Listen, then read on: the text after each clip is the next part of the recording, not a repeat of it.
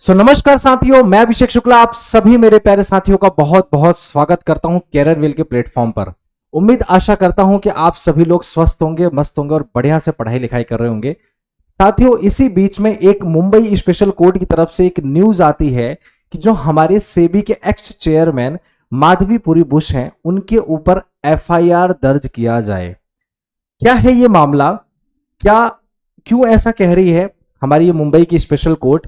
इस पूरे मामले को आइए इस सेशन के अंदर कवर करते हैं और एक एक चीजों को समझते हैं कि क्यों ऐसा कहना चाह रही है, और साथ ही साथ हम समझेंगे कि क्या सच में इनके ऊपर एफआईआर दर्ज किया जाएगा, और साथ ही साथ यह भी समझेंगे कि इस चीज पर माधवीपुरी बुश जो है उनका क्या कहना है।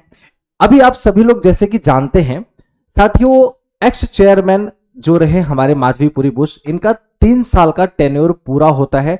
कब पूरा होता है? अभी जस्ट 1 मार्च 2025 को। आज है साथियों 3 मार्च। जैसे ही इनका ये टेन्योर पूरा होता है, 2 मार्च को इनके पास नोटिस आती है कि इनको गिरफ्तार किया जाए, इनके ऊपर एफआईआर दर्ज किया जाए। नॉट गिरफ्तार किया जाए, क्योंकि गिरफ्तारी तो तब होगी, पहले एफआईआर दर्ज किया जाए।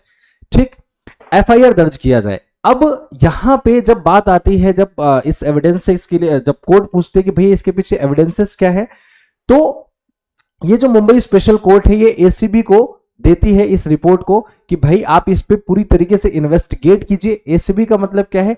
Anti corruption bureau. यहां पे इस चीज को बोला जा रहा है आपके इस कोर्ट के द्वारा कि आप इस पे पूरी तरीके से इन्वेस्टिगेट कीजिए। क्या है ये पूरा मामला? क्या सच में ये इन्होंने कुछ ऐसा करप्शन किया है, चाहे वो स्टॉक के प्राइसेस में मैनिपुलेशन का हुआ, चाहे फिर वो किसी भी तरीके का करप्शन की बात हुई, क्या इन्होंने सच में ऐसा किया है? तो इस पूरे मामले को यहां पे एविडेंसेस के थ्रू पूरी तरीके से देखा जाएगा। और अब अगर हम बात करें, क्या सर ये कोर्ट को सडनली ये चीज पता चला है? जी बिल्कुल नहीं।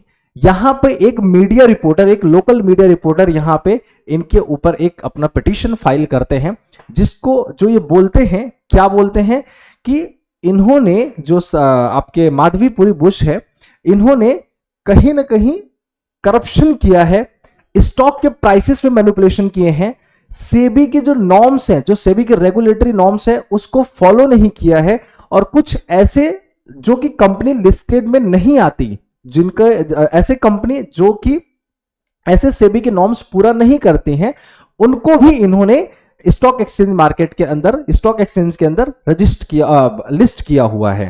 ठीक, तो क्या है पूरी न्यूज? चलिए शुरुआत करते हैं इस सेशन की। सबसे पहले अगर हम देखें तो ये न्यूज आती है आपकी कि जो सेबी चैलेंज करता है कोर्ट को, और हां, इस पे सेबी का क्या कहना है इसको भी हम देखेंगे साथ ही साथ। यहां पे सेबी इसके बदले चैलेंज भी करता है कि ऐसा कुछ भी नहीं हुआ है जो कि ex chief chairman, ex chief जो आपके सेबी के रहे माधवीपुरी बुश के ऊपर। और हां, क्या सिर्फ सर माधवी जी के ऊपर सिर्फ लगा है क्या? जी बिल्कुल नहीं। इनके साथ साथ अदर 5 मेंबर और हैं जिनके ऊपर ये एफआईआर दर्ज करने की बात की जा रही है। अब वो कौन है 5 मेंबर, इसको भी हम लोग देखेंगे। आप सभी लोग यहां देख सकते हैं, Mumbai court order FIR against former SEBI chief Madhavipuri Buch, जिसके साथ साथ 2 आपके सेबी के मेंबर हैं, होल टाइम मेंबर हैं, और आपके बीएससी के भी हेड हैं इसके अंदर, अभी हम लोग देखेंगे। और द एलिगेशंस इन्वॉल्व इररेगुलरिटीज, जैसे मैंने आप सभी को बताया कि इररेगुलरिटीज इन अ कंपनी 1994 लिस्टिंग। अब यहां पे एक आप सभी को इसका पूरा हम एक्सप्लेनेशन पूरी आगे सेशन में देंगे। और यहां पे बोला है conflict interest allegation during the tenure served as SEBI chairman. अभी हम इसको थोड़ा सा और आगे देखेंगे। तो ये कंप्लीटली पूरा आपका न्यूज है, और ये कल की हेडलाइंस हैं जो कि ये छपती हैं। और आप सभी लोग सोच लेंगे सर ऐसा कुछ हो जाता है तब जाके कोई एक्शन लिया जाता है किसी के प्रति। देखिए, ये अभी साबित नहीं हुआ है, ध्यान रखिए, मैं फिर से कह रहा हूं, ये अभी साबित नहीं हुआ है कि ये गलत है या सही है। लेकिन यहां पे एक स्पेशल कोर्ट ने इस चीज को जस्ट बोला है एसीबी को कि आप इन पर एक्शंस लीजिए और इन्वेस्टिगेट कीजिए। यहां पे आप सभी लोग देख सकते हैं, मुंबई की स्पेशल कोर्ट है, उन्होंने डायरेक्ट किया है आपके एंटी करप्शन ब्यूरो को कि आप इनके ऊपर एफआईआर कीजिए। किसके ऊपर? माधवीपुरी बुश और ये जो 5 अदर ऑफिशियल्स हैं इनके कनेक्शन में। अब कौन है वो 5 अदर मेंबर जो इनके कनेक्शन में है, जो इनके साथ ऐसा लग रहा है जिन्होंने स्टॉक मार्केट के अंदर फ्रॉड किया है और रेगुलेटरी वायलेशंस किए हैं। ऐसे कौन कौन से मेंबर हैं? तो इनका क्या है, पहली बात तो वो बुश हैं, और फिर इसके बाद सेबी के जो करंट होल टाइम मेंबर्स हैं कौन कौन? अश्वनी भाटिया, अनंत नारायण जी एंड कमलेश चंद्र वर्षने। इसके बाद आपके बीएससी के ऑफिशियल्स प्रमोद अग्रवाल एंड सुंदरमनियम रामन मूर्ति। ये 5 और मेंबर है जिन पे एफआईआर दर्ज करने की बात की जा रही है। इसका मतलब ये कि इनका यहां पे कहने का है कि ये 5 मेंबर और भी थे इनके कनेक्शन में जिन्होंने इस सेबी के रेगुलेशन को रेगुलेटरी नॉर्म्स को फॉलो नहीं किया है और स्टॉक मार्केट में प्राइस मैनिपुलेशन का काम किया है। आप सभी लोगों ने हर्षल मेहता का केस सुना होगा। आपने उस समय भी देखा होगा कि उस टाइम पे उन्होंने प्राइस मैनिपुलेशन का काम किया था, प्राइस में गलत तरीके से इन्फ्लेशन लाने का प्रयास किया था। देखिए इसमें होता क्या है कि कुछ लोग जबरदस्ती का मार्केट में स्टॉक अपने अपने कंपनी के अपने अपने कंपनी मतलब कि जो भी जिसके प्राइस को बढ़ाना चाह रहे हैं, स्टॉक मार्केट में प्राइस में इन्फ्लेट करने का काम करते हैं, प्राइस को बढ़ाने की कोशिश करते हैं, जिससे मार्केट में सब लोगों को लगे, सभी इन्वेस्टर्स को लगे अरे यार इसके प्राइसेस तो बहुत ज्यादा बढ़ रहे हैं, इसका मतलब है कि इस कंपनी के मार्केट में बहुत डिमांड है, तो क्यों नहीं इस कंपनी में इन्वेस्ट किया जाए। समझ रहे मेरी बात? तो ऐसे लोगों को जबरदस्ती प्राइस को बढ़ाया जाता है जिससे कि मार्केट में गलत तरीके का आर्टिफिशियल इन्फ्लेशन क्रिएट हो, आर्टिफिशियल डिमांड क्रिएट हो, जिससे कि इन्वेस्टर्स आए और स्टॉक मार्केट के अंदर इन कंपनीज में पैसा लगाए, इनके शेयर्स बेचे जाएं, या हम कहें कि इनके शेयर्स ऐसे इन्वेस्टर्स आके खरीद लें जिनके प्राइसेस ऊपर जा रहे हैं। क्योंकि जैसे ही प्राइस ऊपर जाता है तो हमें लगता है यार ये कहीं ना कहीं बहुत अच्छा कर रही है कंपनी, इस कंपनी का जो रेवेन्यू है बहुत अच्छा है, प्रॉफिट मैक्सिमाइजेशन बहुत अच्छा है, मार्केट में डिमांड बहुत अच्छी है, तभी तो इतनी महंगी होती जा रही है इनके शेयर्स के प्राइसेस। तो जबरदस्ती का मैनिपुलेट करना, ऐसा इन पे बोला गया है, इन 5 लोगों और प्लस ये बुश के ऊपर। अब अगर हम बात करें ये किसके द्वारा किया गया, जस्ट मैंने अभी आप सभी को बताया, एक लोकल मीडिया रिपोर्टर हैं उनके द्वारा किया गया है। और क्या क्लेम करते हैं कि ये जो सेबी ऑफिशियल जो है, स्टैट्यूटरी ड्यूटी जो है, ये कहीं ना कहीं मार्केट मैनिपुलेशन को भाग लेते हैं इसके अंदर। और अगर हम देखें इन्होंने कॉर्पोरेट फ्रॉड किया हुआ है और इन्होंने उन कंपनी को लिस्टिंग में लेके आए हैं, उन कंपनी की यहां पे स्टॉक एक्सचेंज के अंदर लिस्ट किया है जो कि आपके सेबी के जो प्रिस्क्राइब्ड नॉर्म्स है वो फॉलो ही नहीं करते। मतलब क्या है, जो एक्चुअल में सेबी के नॉर्म्स हैं किसी भी कंपनी को स्टॉक एक्सचेंज के अंदर रजिस्टर्ड कराने के लिए, वो नॉर्म्स वो कंपनी कंप्लीट ही नहीं कर पाते, फिर भी उन कंपनी को रजिस्टर्ड कर दिया गया है, फिर भी उन कंपनी को लिस्ट कर दिया गया है, ऐसा बोला जा रहा है। ठीक है, अब यहां पे बात होती है कि सर एक्चुअल में ये बताइए कौन सी कंपनी की यहां पे मेजरली बात हो रही है। देखिए अगर हम बात करें, एक तरीके का बस ये एज्यूम किया गया है, मैंने पहले बोला क्या है, ये एक प्राइमा फेशिया है एक एविडेंस के बिहाफ पे। ठीक है, कि यहां पे रेगुलेटरी को लैप्स करके यहां पे समझा जा रहा है और रेगुलेटरी को माना नहीं जा रहा है जो सेबी के हैं एक्चुअल में। स्पेशल एसीबी कोर्ट जज, और ये कौन बोलता है ये भी ध्यान रखिए, आपके शशिकांत एकंथारो भंगार जी का ये जजमेंट आता है। क्लियर है? The court said it will monitor the probe and sort a status report lot of case within 30 days। और यहां पे बोला गया है कि इस केस को देखा जाए और इस पे 30 दिन के अंदर अंदर जो भी रिपोर्ट्स हैं यहां पे कोर्ट में पेश किया जाए। क्लियर है? अब अगर हम आगे समझने का प्रयास करें तो देखिए, अब यहां पे अगर आप लोग समझेंगे, जिस टाइम पर ये बोला जा रहा है कि इन्होंने फ्रॉड किया है, ठीक है, उन कंपनी की लिस्टिंग कर रखी है जो कि सेबी के नॉर्म्स को पूरा नहीं करते हैं, फिर भी इनके कंपनी को लिस्टिंग किया जा रहा है। वो कंपनी का जो नाम है, अगर हम देखें कैली रिफाइनरीज करके नाम है, और ये बोला जा रहा है, अब ये कौन बोल रहा है ध्यान से समझिए, इसके रिप्लाई में सेबी ने क्या जवाब दिया। भाई ऑब्वियस सी बात है, अगर कोर्ट का यहां पे स्पेशल कोर्ट का ये कहना आया है, अगर ये इनके ऊपर आरोप लगाया जा रहा है, क्योंकि अगर हम सेबी के चेयरमैन जो कि इतने बड़े पोस्ट पर ऑलरेडी कोई व्यक्ति बैठा हुआ है और उस पर अगर हम कोई आरोप लगा रहे हैं, तो कहीं ना कहीं इस बात की श्योरिटी है कि सेबी के फंक्शन में कुछ दिक्कत है। मतलब सेबी अच्छे तरीके से कार्य नहीं कर रहा है, उतनी ट्रांसपेरेंसी के साथ काम नहीं कर रहा है। बात समझ रहे हैं? तो ऑब्वियस सी बात है, सेबी का भी एक रिप्लाई आता है। क्या रिप्लाई आता है? These officials were not holding their respective positions at the relevant point of time. मतलब यहां पे ये बोला जा रहा है कि जो भी आरोप लगाया जा रहा है इन लोगों के ऊपर, वो कंपनी तो बहुत पहले से ही लिस्ट हो रखी थी सेबी आपके स्टॉक एक्सचेंज के अंदर। समझ रहे हैं? वो कंपनी बहुत पहले से ही लिस्ट हो रखी थी स्टॉक एक्सचेंज के अंदर, और जब वो लिस्टेड थी उस समय ये लोग तो उस टाइम पे ये चुने भी नहीं गए थे। समझ पा रहे हैं? मतलब उस समय इस पोजीशन पे ये काम भी नहीं कर रहे थे जिनके ऊपर ये आरोप लगाए जा रहे हैं। समझ पा रहे हैं? तो मतलब जब कंपनी लिस्ट हुई तो उस समय इस पोजीशन पे तो ये चीफ थे ही नहीं। ठीक, तो आरोप किस बात का? ऐसा सेबी कह रही है। मतलब और सेबी ये भी कह रही है कि हम पूरी तरीके से चैलेंज करेंगे इस कोर्ट के जो भी आपके आ रहे हैं, आरोप लग रहे हैं, इसको हम पूरी तरीके से चैलेंज करेंगे और साबित करेंगे कि ये सारे आरोप गलत हैं। क्लियर है? तो a release BSc said that a company name in a court paper Carl's refinery, जैसे मैंने बोला ना, उस कंपनी का नाम क्या है? कार्ल्स रिफाइनरी, जो कि लिस्ट कब हुई है? 1994 में। कब लिस्ट हुई है? 1994 में। और अगर हम बात करें माधवीपुरी बुश, इनका जो चयन होता है, इनका अपॉइंट जो होता है, वो कब होता है? आपके 1 मार्च 2022 में होता है। कब होता है? 1 मार्च 2022 में।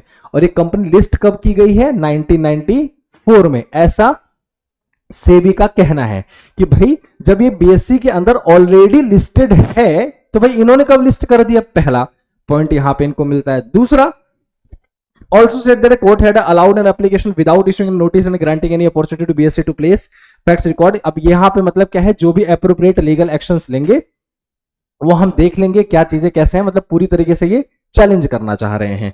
ठीक, अब यहां पे अगर हम देखें तो complain against investigation into एलिज्ड large scale financial fraud, regulatory violations and corruptions. यहां पे इस कंप्लेन जो ये कंप्लेन किया है जिसने, यहां पे ये क्या बोलने का कोशिश कर रहे हैं कि भाई देखो, ये जो हम कंप्लेन कर रहे हैं ना, ये इस बात के लिए कर रहे हैं कि पूरी तरीके से बहुत बड़े लेवल पर लार्ज स्केल पर फाइनेंशियल फ्रॉड हुआ है और साथ ही साथ रेगुलेटरी वायलेशंस हुए हैं, सेबी के गाइडलाइंस को नहीं माने गए हैं और करप्शन भी हुआ है। तो यहां पे ये कुछ कंडीशंस यहां पे इन्होंने कुछ यहां पे ये इन्होंने आपके आरोप लगाए गए हैं कि इन्होंने क्या क्या चीजें ऐसे किया है। ठीक, अब यहां पे कोर्ट क्या कहता है इस बात के लिए कि भाई देखो, कोर्ट से the complaint procedural lapses and non compliance in the IPO process. IPO को जानते हैं आप सभी लोग, प्राइमरी मार्केट के अंदर जब कोई भी नई कंपनी आती है या फिर पहली बार शेयर कोई भी कंपनी इशू करती है, उसको आईपीओ बोलते हैं। तो यहां पे बोला गया अप्रोक्स 250 कंपनी के आईपीओ जो है वो फॉल्स तरीके से या फिर कहें नॉन कंप्लायंस या फिर कहें रेगुलेशन, सेबी के रेगुलेशंस को ना मानते हुए गलत तरीके से आईपीओ इनके इशू किए गए हैं। वही गलत तरीके से मतलब समझ रहे हैं, मार्केट में मैनिपुलेट, प्राइसेस को मैनिपुलेट करके इशू किया गया है। ठीक है, जबरदस्ती मार्केट में डिमांड बढ़ा के आईपीओ को इशू किया गया है। ठीक, irregular listing of the company, जो कि अभी जस्ट मैंने समझाया, डॉक्यूमेंट्स प्रॉपर जो नहीं पूरे हो रहे हैं फिर भी इन कंपनी को रजिस्टर्ड किया गया, और रजिस्टर्ड करने के बाद ये बोला जा रहा है कि इन्हीं कंपनियों के शेयर्स के मार्केट में मैनिपुलेशन किए जा रहे हैं और इन्हीं कंपनियों से कहीं ना कहीं करप्शन किया जा रहा है, क्योंकि ये कंपनी एक्चुअल में सेबी के नॉर्म्स को पूरा ही नहीं करते हैं, फिर भी इनको लिस्टिंग किया गया है स्टॉक एक्सचेंज के अंदर। ठीक, regulatory filings, stock market reports indicating artificial inflation of share prices and market manipulation. वही चीज जो मैंने आप सभी को बताया कि यहां पे ये बोलना चाह रहे हैं कि मार्केट के अंदर जबरदस्ती का इन्फ्लेशन क्रिएट करना, आर्टिफिशियल इन्फ्लेशन क्रिएट करना, मार्केट के जो भी ये कंपनी के अंदर, जो भी ये स्टॉक एक्सचेंज के अंदर इन्होंने कंपनी को रजिस्टर लिस्ट किया है, इन कंपनी के शेयर्स के बिहाफ पे करप्शन करना। ठीक, ऐसा कुछ इनके ऊपर एलिज्ड लगाया गया है, एलिगेशंस लगाए गए हैं। ठीक, अब यहां पे देखिए, यहां पे कुल मिला के क्या कहना है। अब ऑब्वियस सी बात है, इस बात के लिए जब सेबी रिप्लाई करते हैं तो सिंपल सी बात है भाई, आपके जो चीफ हैं, मतलब एक्स चीफ रहे माधवीपुरी बुश, ये भी रिप्लाई करेंगे भाई इनका क्या कहना है। इन्होंने कहा कि इनके पूरे टेन्योर में, बुश ने क्या बोला है, इनके पूरे tenure faced conflict of interest allegations by Hindenburg. अब इन्होंने ये भी कहा कि अब जो कि एक हिंडनबर्ग, जैसे आपने सुना होगा, जो यूएस की एक ऐसी कंपनी है लोगों के द्वारा बनाई गई थी, जो कि अब एग्जिस्ट ही नहीं करती, उन्होंने खुद ही इस चीज को मान लिया। इन्होंने कहा कि भाई देखो, मेरे ऊपर ना हिंडनबर्ग ने पहले भी आरोप लगाए गए हैं। क्या आरोप लगाए थे कि भाई मैं और मेरे एक मतलब मैं और मेरे जो हस्बैंड हैं धवल बुश, है ना, उन्होंने इन्वेस्ट कर रखा है यूएस के एक आपके ऑफशोर कंपनी के अंदर, जो कि अडानी जी का है। ठीक है, ऑफशोर कंपनी वो कंपनी होती है जो आपके अलग देशों में जाकर, फॉरेन कंट्री में जाके ओपन की जाती हैं। क्यों ओपन की जाती हैं? टैक्स बेनिफिट के लिए, कि उनको टैक्स बेनिफिट मिल सके, या फिर कह सकते हैं टैक्स अवॉइडेंस के लिए, क्योंकि इस देश से टैक्स बचाया जा सके और वहां से टैक्स का, क्योंकि वहां पे टैक्स एग्जम्पशंस हैं उनके इनकम पे, या फिर आप कह सकते हैं किसी भी तरीके से वहां से वहां से पैसे को ज्यादा अच्छे तरीके से हम लोग ज्यादा से ज्यादा बचा सकते हैं। हमारे यहाँ पे इनकम जो है गवर्नमेंट को शो होती है, बट वहां पे भी शो होती है, बट उस पर टैक्स उतना ज्यादा नहीं लगता है। ठीक है, तो मतलब टैक्स अवॉइडेंस की वजह से ऐसे ऐसी कंपनीज खोली जाती हैं। तो यहां पे कहना क्या है कि भाई ये जो कंपनी है, ये जो धवल बुश और जो इनकी क्या बोलते हैं वाइफ जो है, आपके जो चीफ है सेबी के, एक्स चीफ जो है सेबी के, इनका कहना है कि हिंडनबर्ग का कहना है कि इन लोगों ने वहां पे इन्वेस्टमेंट कर रखा था, जिसके वजह से, और सेबी को इस बात की जानकारी नहीं थी। ऐसा कंप्लेन किया जा रहा है कि सेबी को इस बात की जानकारी नहीं थी कि इन्होंने कितना इन्वेस्टमेंट कर रखा है। तो इसके वजह से इन्होंने उससे काफी ज्यादा इन्होंने करप्शन किया है। ठीक है, जितना पैसा कमाते थे वो वहां पे इन्वेस्ट कर देते थे। लेकिन इस चीज पे इन्होंने और इनके हस्बैंड जी ने पूरे अच्छे तरीके से मना किया है कि ये जो एलिगेशंस हमारे ऊपर लगे गए हैं, ये पूरी तरीके से ये गलत है, हमने ऐसा कुछ किया ही नहीं है। यहां पे देख सकते हैं, Security and SEBI chairperson Madhuri Bush and her husband Dhaval Bush have refuted the allegations made against them by Hindenburg Research। और फिर इन्होंने ये चीज को मना भी कर दिया था कि हमारे ऊपर ये जो आरोप लगे जा रहे हैं हिंडनबर्ग के द्वारा, ये बिल्कुल गलत हैं। भाई हिंडनबर्ग रिसर्च क्या है ना, एक 5-6 लोगों की एक अपनी खुद की बनाई हुई एक इनकॉर्पोरेटेड बॉडी है।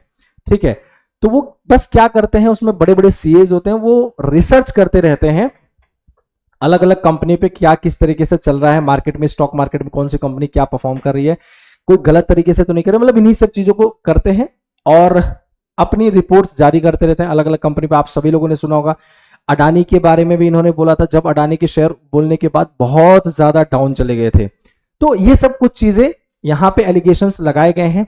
तो उन्हीं एलिगेशंस पे यहां पे एसीबी को बोला गया है कि इन्वेस्टिगेशन करे और इन्वेस्टिगेट करके 30 डेज के अंदर अंदर अपनी रिपोर्ट्स जो भी सही हैं उसको कोर्ट के सामने पेश करे। तो ये कुछ न्यूज रही, आप सभी लोगों को मुझे शेयर करना था। उम्मीद करता हूं आपको ये न्यूज पसंद आया होगा और देखते हैं क्या होता है। जैसे कि आप सभी लोगों को पता है कि इस समय हमारे जो न्यू सेबी के चेयरपर्सन हैं तुहिन कांता पांडे हैं। ठीक है, और एक बात और आपको बता दूं कि कोई भी सेबी का जो चीफ होता है या फिर चेयरपर्सन कहें, इनको वैसे तो मैक्स टू मैक्स 5 ईयर का आपका पीरियड होता है, मतलब 5 सालों तक जा सकते हैं। जैसे वैसे तो 3 साल तक होता है, लेकिन 3 साल के बाद चाहे तो इनको एक्सटेंड किया जा सकता है, 3 से 2 साल और एक्सटेंड करके टोटल 5 साल किया जा सकता है और मैक्सिमम 65 एज तक लिया जा सकता है। मतलब कोई जो सेबी की चीफ रह सकता है मैक्सिमम 65 तक कर दिया जाता है, कर सकते हैं। लेकिन इनको इसके पहले ही रिटायरमेंट कर दिया गया, इनका पहले ही इनको 3 साल में ही कंप्लीट होते, टेन्योर पूरा होते ही इनको हटा दिया गया और अभी इसमें तुहिन कांता पांडे जी को बनाया गया। अब अगर यहां पे और चीज देखें तो यहां इनका यह भी कहना है कि जो इनके अंडर में जो एम्प्लॉइज कार्य कर रहे थे सेबी के अंदर, वह भी इनके वर्क प्रोफाइल से ज्यादा खुश नहीं थे, ऐसा बोला गया है इनके, मतलब और इन्होंने वो भी किया था, स्ट्राइक भी किया था अपना कि भाई हमें इनको यहां से हटाना चाहिए और इस पे हमें काम करना चाहिए। कोई नए जो सेबी के चीफ हैं उनको चूज करना चाहिए, अपॉइंट करना चाहिए। तो ये कुछ इनके बारे में था। उम्मीद आशा करता हूं कि आप सभी को ये सेशन पसंद आया होगा।